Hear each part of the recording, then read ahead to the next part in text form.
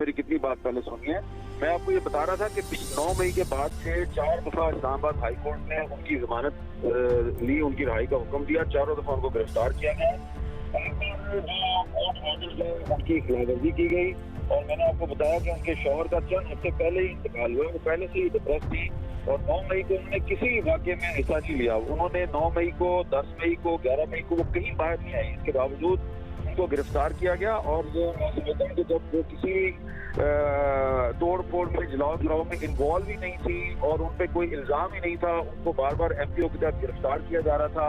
اور گرفتاری جو ہے وہ اس انداز سے کی جا رہی تھی کہ اسلام آباد ہائی کورٹ میں ایک جج صاحب جو ہے انہوں نے اپنی آنسو بھری آنکھوں میں اور گلوگیر لہجے میں کہا کہ یہ حکومت کیا کرنا چاہ رہی ہے. تو آپ دیکھیں کہ جج جو ہے اس کی آنکھوں میں آنسو لے آئی یہ حکومت، تو اس کے سامنے شیریں مزاری کیا چیز ہے.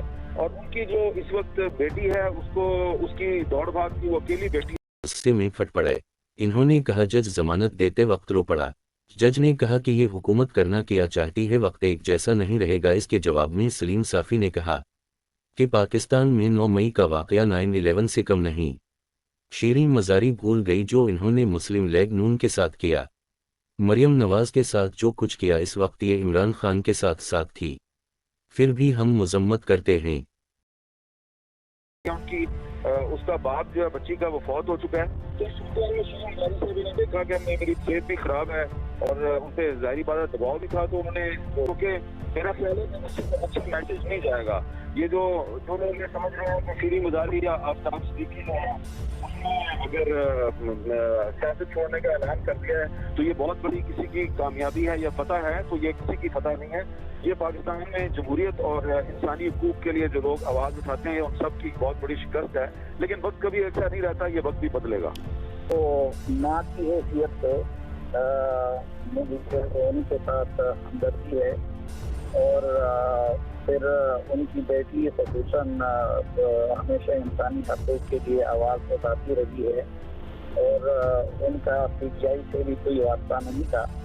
اور پی ٹی آئی کے دور میں جب دوسروں کی خواتین کے ساتھ اس طرح ہو رہا تھا تو ظاہر بات ہے اس میں اگر شیریں مزاری صاحبہ شریک تھی تو اس میں ایمان مزاری کا کوئی کردار نہیں تھا. تو یہ پہلو ہر حکومت کو مد نظر رکھنا چاہیے کہ جب اس طرح کی چیزیں ہوتی ہے تو صرف اس انسان کو نہیں بلکہ اس کی فیملی کو دیکھنا چاہیے. اور یہ بھی دیکھنا چاہیے کہ ان سے کتنے لوگ ان کی زندگی یا ان کی عزت وابستہ ہے. میں انتقام اور جبر کی سیاست کا کبھی قائل نہیں رہا اور اس سے کسی کو مجبور کرنے کا بھی قائل نہیں رہا. لیکن بدقسمتی سے شیریں مزاری صاحبہ کا شمار ان لوگوں میں ہوتا تھا کہ جو پہلے اسٹیبلشمنٹ کے ماؤتھ پیس سمجھے جاتے تھے. اور پچھلے دور میں جب مسلم لیگ نون کے ساتھ ہو رہا تھا، مریم نواز کے ساتھ ہو رہا تھا، پی ٹی ایم کے ساتھ ہو رہا تھا یا باقی، تو اس میں وہ سیاسی بیانیے کی ہمنوا تھی عمران خان اور ان کی ٹیم کے ساتھ.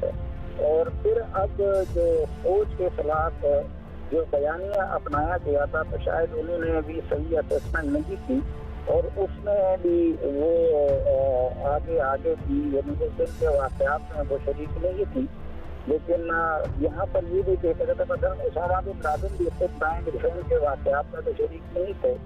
تو بہرحال جو کچھ ہوا اچھا نہیں ہوا. نہ 9 مئی کے واقعات ہونے چاہیے تھے جو کہ پاکستان کے لیے 9/11 سے کم نہیں تھا. اور نہ یہ ہونا چاہیے کہ جبر کے ذریعے کسی سے فیصلے کروا دیے جائیں. اگر کوئی اپنی مرضی سے چھوڑتا ہے